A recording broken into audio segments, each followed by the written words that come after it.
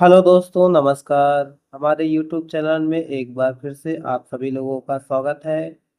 आज की वीडियो में हम लेकर आए हैं कैपेसिटर टॉपिक से संबंधित इम्पोर्टेंट एमसीक्यू क्वेश्चन जो आईटीआई सीवीटी एग्जाम 2026 के लिए अत्यंत महत्वपूर्ण होंगे। तो चलिए दोस्तों, आज हम कैपेसिटर से संबंधित पहला क्वेश्चन देखते हैं।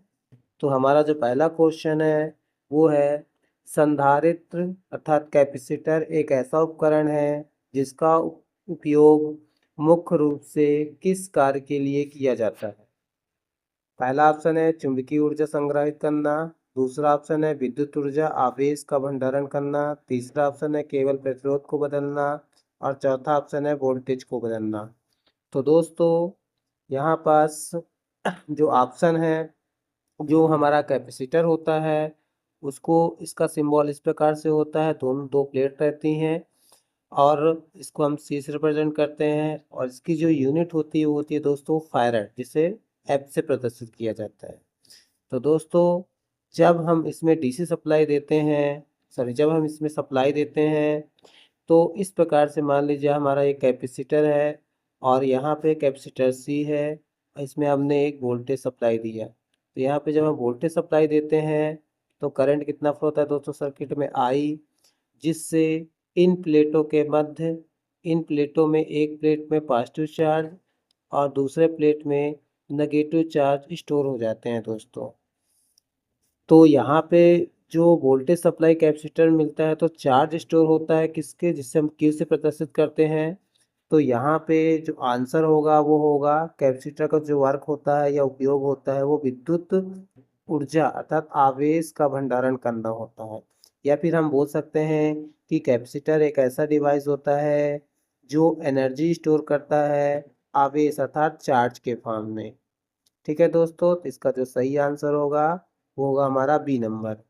उसके बाद हम नेक्स्ट क्वेश्चन में चलते हैं। तो हमारा जो नेक्स्ट क्वेश्चन है, संधारित्र की धारिता सी उसकी प्लेट के बीच की दूरी डी के साथ कैसे बदलती है।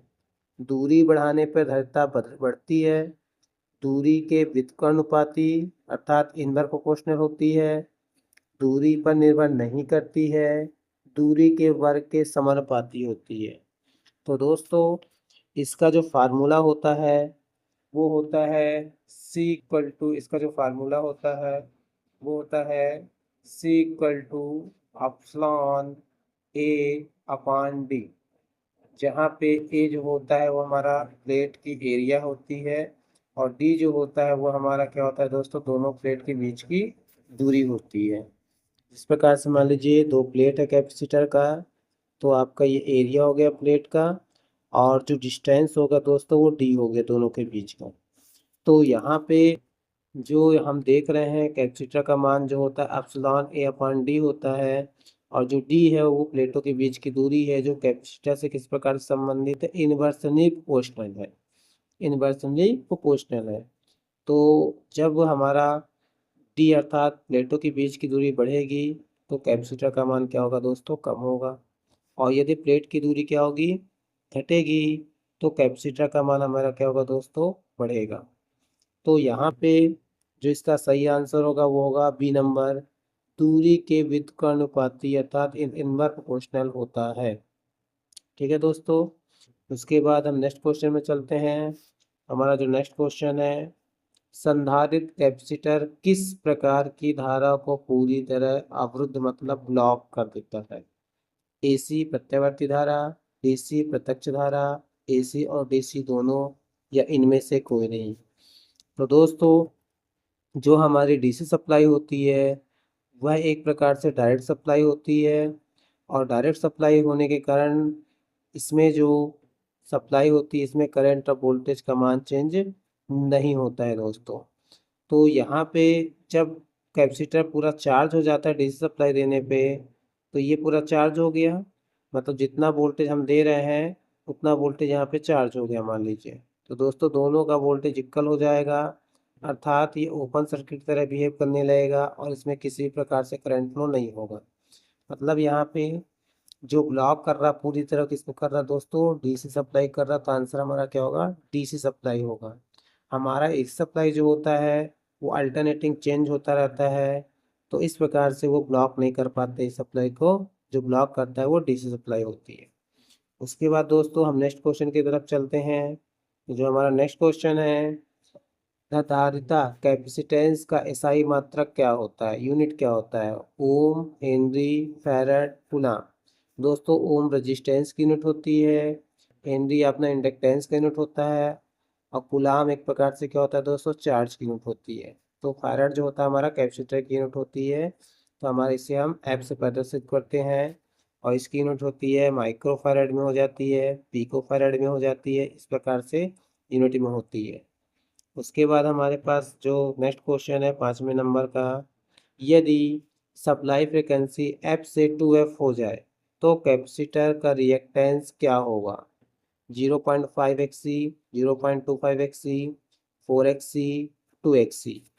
तो दोस्तों जो हमारा कैपेसिटर होता है, कैपेसिटर से रिएक्टेंस XC का जो फार्मूला होता है वो XC बराबर होता है 2πF/C। क्या है दोस्तों? 2πF/C। तो दोस्तों यहाँ पे फ्रिक्वेंसी की बात की है, फ्रिक्वेंसी यदि F से 2F हो जाएगा, तो दोस्तों यदि फ्रिक्वेंसी यदि F है, XC वैल्यू हो गई। अब मान लीजिए इस फ्रिक्वेंसी को दुगना कर देते हैं, 2F कर देते हैं, तो XC बराबर कितना हो जाएगा दोस्तों? 2 × पाई, यहाँ पे F की जगह क्या हो जाएगा, दुगना 2F हो जाएगा दोस्तों, तो 2F/C। तो यहाँ पे हम देख रहे हैं जब इसको हम बाहर निकालेंगे तो क्या हो जाएगा, XC बराबर कितना हो जाएगा यहाँ पे 2, 2 × 2 4 हो जाएगा, और πFC हो जाएगा। तो यहाँ पे हम देख रहे हैं कि ये दुगना क्या हो रहा है दोस्तों, दुगना हो रहा है। तो आंसर जो होगा क्या हो जाएगा आपका 2XC हो जाएगा, है ना? क्या हो जाएगा दोस्तों, 2XC हो जाएगा। मतलब यदि हम फ्रिक्वेंसी को दुगना कर देते हैं तो कैपेसिटेंस रिएक्टेंस भी क्या हो जाएगा, दुगना हो जाएगा। उसके बाद हमारे पास नेक्स्ट क्वेश्चन है, वो है 50 वोल्ट सप्लाई से संयोजित कैपेसिटर प्रथम फर्स्ट में कितना आवेशित होता है? 50 वोल्ट के बराबर, 41.4 के बराबर, 31.6 वोल्ट के बराबर, या 63.2 के बराबर। तो दोस्तों इसका एक फार्मूला होता है कैपेसिटर, ये आपका क्या प्रथम फर्स्ट का मतलब दोस्तों क्या है आपका, टाइम से मतलब है। किसका मतलब है आपका, प्रथम टाइम कांस्टेंट। क्या हो जाएगा इसका, प्रथम टाइम कांस्टेंट। इसमें होता है आपका, यदि फर्स्ट टाइम में जो कैपेसिटर होता है वो आपका 63.2% चार्ज होता है। सेकेंड टाइम यदि होता है तो इसमें जो होता है चार्जिंग वो कितना हो जाता है दोस्तों, 86.5% हो जाता है। और थर्ड टाइम में जो चार्ज होता है दोस्तों कैपेसिटर, वो होता है आपका 95%। और इसके बाद फिफ्थ पार्ट में या फिफ्थ टाइम में जो होता है वो होता है 100%। तो दोस्तों यहाँ पे किसका पूछा है, फर्स्ट का पूछा हुआ है, फर्स्ट टाइम में। तो फर्स्ट टाइम में जो हमारा कैपेसिटर चार्ज होगा वो होगा कितना, 63.2। अर्थात इसका यदि कैलकुलेशन करेंगे तो जो चार्जिंग वोल्टेज होगा कैपेसिटर का वो होगा V बराबर 50, मतलब 50 वोल्टेज का 63.2%।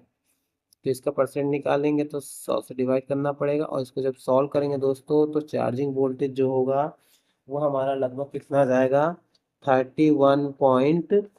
31.6 वोल्ट आ जाएगा दोस्तों। तो हमारा जो आंसर होगा यहाँ पे क्या होगा, C नंबर। यदि इसी क्वेश्चन में सेकेंड टाइम पूछता तो वो कितना हो जाता दोस्तों, 86.5 हो जाता है ना। तो यहाँ पे आंसर क्या होगा, C नंबर। उसके बाद हम नेक्स्ट क्वेश्चन में चलते हैं। तो हमारा जो नेक्स्ट क्वेश्चन है वो है, यदि किसी केबल की लंबाई दुगनी हो जाती है तब धारिता क्या होगा? तो दोस्तों यदि हमारे पास कोई केबल है और इस केबल की लंबाई हम बढ़ा देते हैं तो कैपेसिटेंस का क्या हो जाएगा, बढ़ेगा। मतलब जो C होता है वो प्रोपोर्शनल L होता है, लंबाई बढ़ेगी तो कैपेसिटर भी बढ़ेगा। इसका जो आंसर होगा, दुगनी कर देते हैं तो कैपेसिटर भी क्या हो जाएगा दोस्तों, दुगनी। अर्थात आंसर जो होगा हमारा C नंबर होगा। इसके बाद हम नेक्स्ट क्वेश्चन में चलते हैं। तो हमारा जो नेक्स्ट क्वेश्चन है, यदि किसी परिपथ में प्रतिरोध 6 ओम कैपेसिटर 0.5 माइक्रोफैराड का है तो समय नियतांक की गणना कीजिए। समय नियतांक मतलब टाइम कांस्टेंट। और जो आरसी किसमें, ये आरसी, तो आरसी सर्किट में जो टाइम कांस्टेंट का फार्मूला होता है दोस्तों, वो होता है tau equal to R into C. यहाँ पे दोस्तों आर कितना दिया हुआ है 6 ओम, और सी कितना दिया दोस्तों 0.5 माइक्रो फैराड दिया हुआ है। अब जब दोस्तों इसको हम सॉल्व करेंगे तो कितना आ जाएगा दोस्तों आपका, ये आ जाएगा आपका 3 आ जाएगा, और 3 के बाद क्या आ जाएगा दोस्तों माइक्रो फैराड, मतलब 3 माइक्रो फैराड आ जाएगा। अब दोस्तों इस 3 माइक्रो फैराड जो है ये कितना है दोस्तों आपका, ये 3 माइक्रो फैराड जो है 3 माइक्रो फैराड, इसको हम क्वेश्चन में क्या बोला है मिली सेकंड में।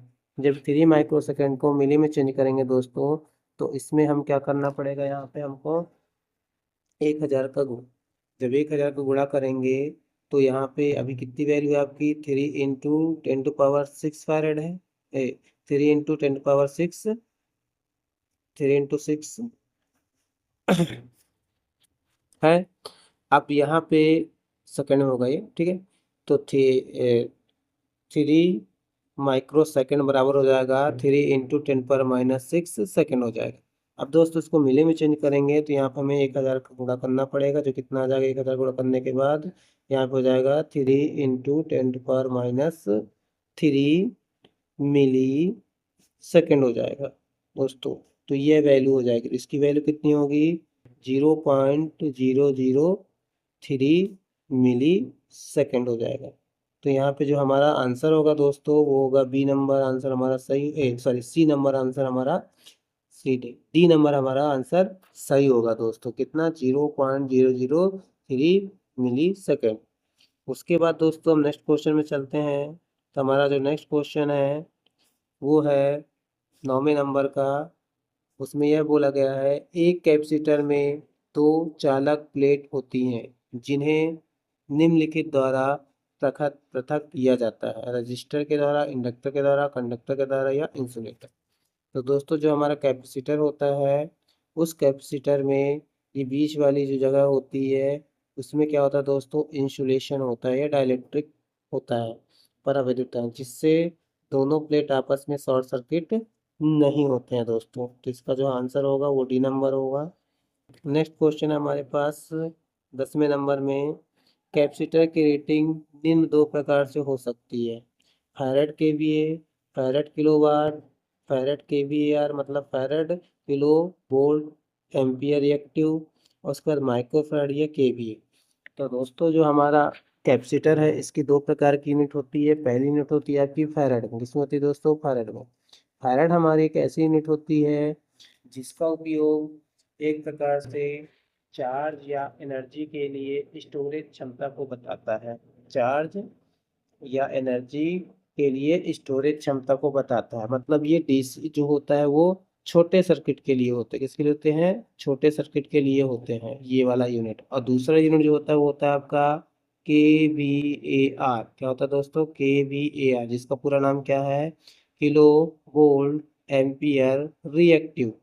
और इसका जो यूज होता है वो होता है हमारे ट्रांसमिशन लाइन में पावर फैक्टर को इम्प्रूव करने के लिए। तो दोस्तों जो कैपेसिटर की रेटिंग है 2 प्रकार से होती है, एक होती है फैराड में और दूसरा होती है KVAR में होती है। तो जो हमारा सही आंसर होगा वो होगा सी नंबर। उसके बाद हम चलते हैं दोस्तों नेक्स्ट क्वेश्चन में। तो नेक्स्ट क्वेश्चन है हमारा संधारित्र खाली स्थान नियम का पालन करता है, कूलॉम, ओम का नियम, किरचॉफ का नियम, या उपरोक्त में से सभी।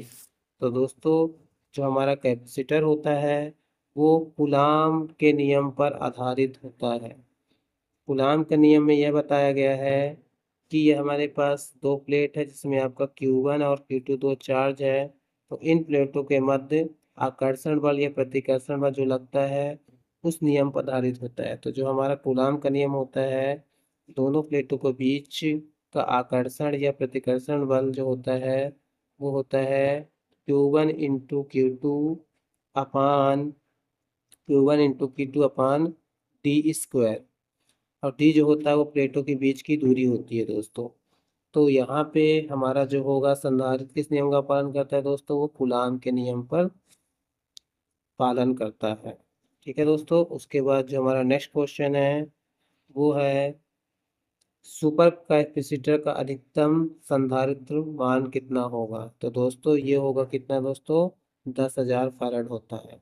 तो चलिए दोस्तों, आज के वीडियो में हमने कैपेसिटर से संबंधित MCQ क्वेश्चन किए जो हमारे एग्जाम में आने की संभावना अत्यंत हो सकती है।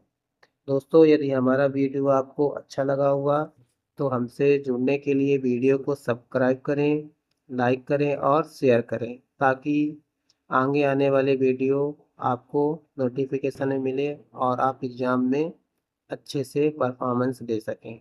तब तक के लिए दोस्तों नमस्कार, जय हिंद।